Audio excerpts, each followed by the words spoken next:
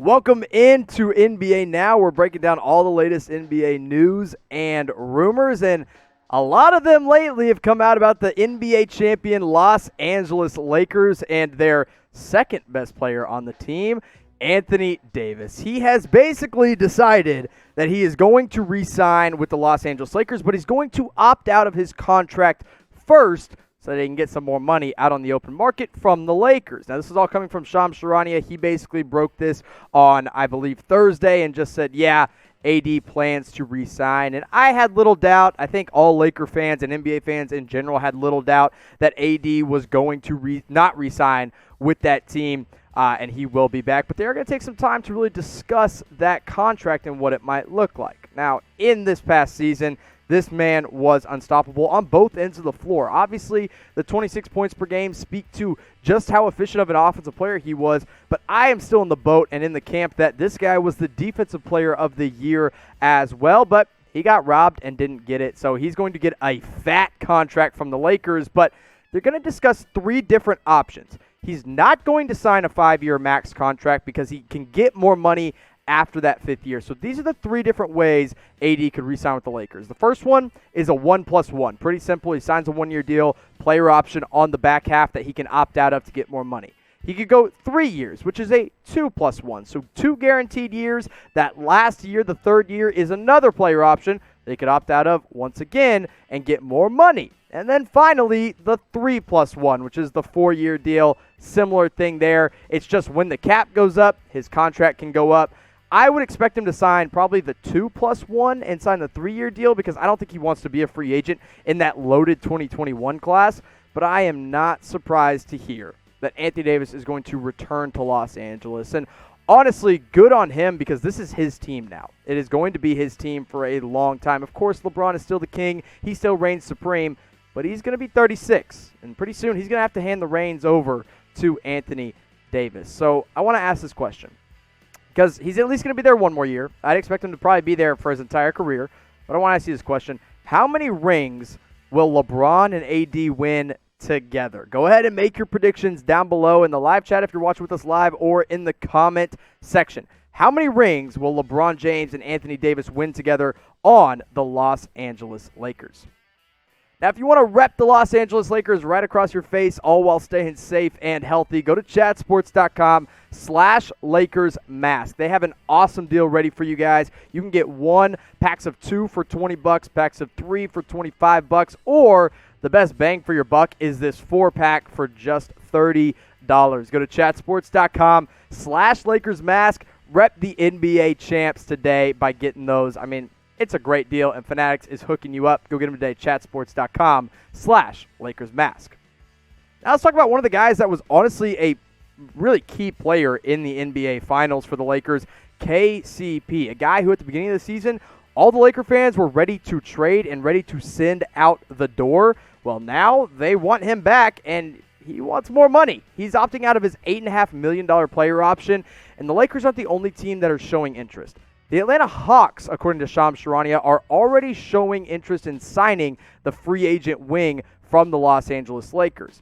Now, I said he was a pivotal player in the playoffs and in the finals, and that really rang true. Now, I know 10.7 points per game doesn't seem like that much, but when he's shooting 38% from 3, it speaks to a much more efficient Kentavious Caldwell-Pope than most people are used to. Now, I think if he got more than $8.5 million on the open market, it's a bit of an overpay.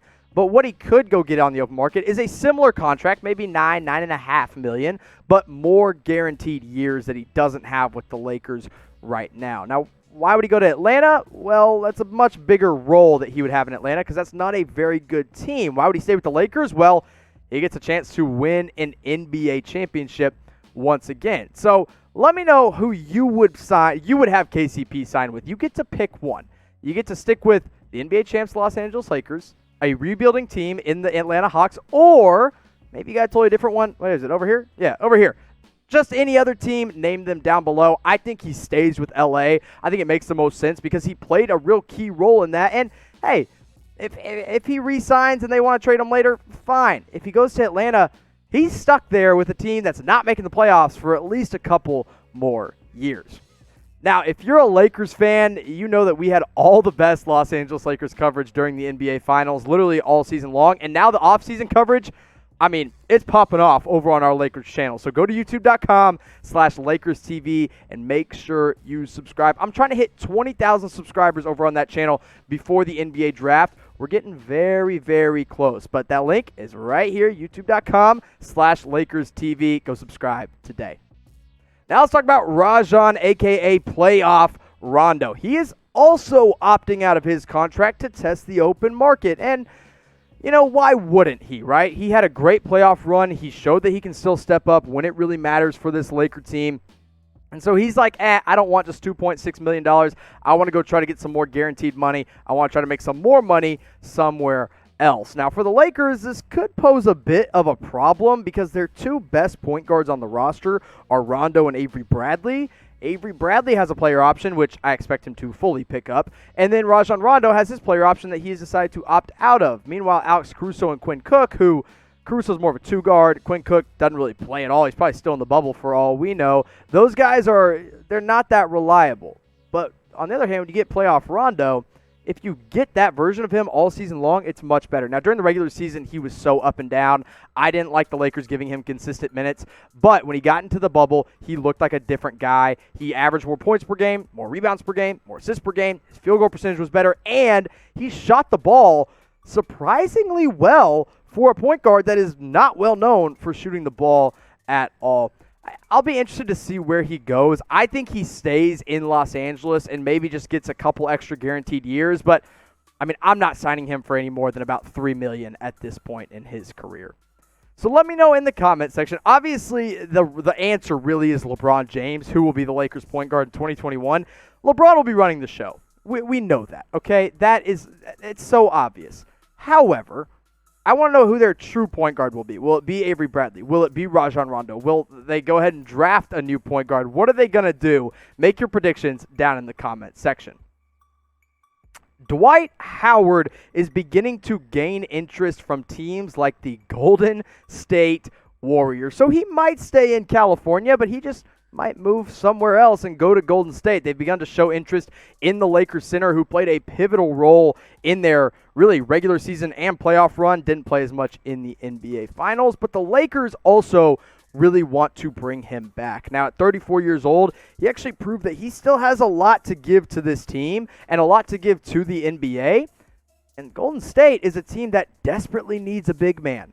If they can get him on this team, that starting five is much more rounded out with Clay and Steph in the backcourt. At this point, why wouldn't you just keep Andrew Wiggins and run him at the three with Draymond and Dwight in the middle?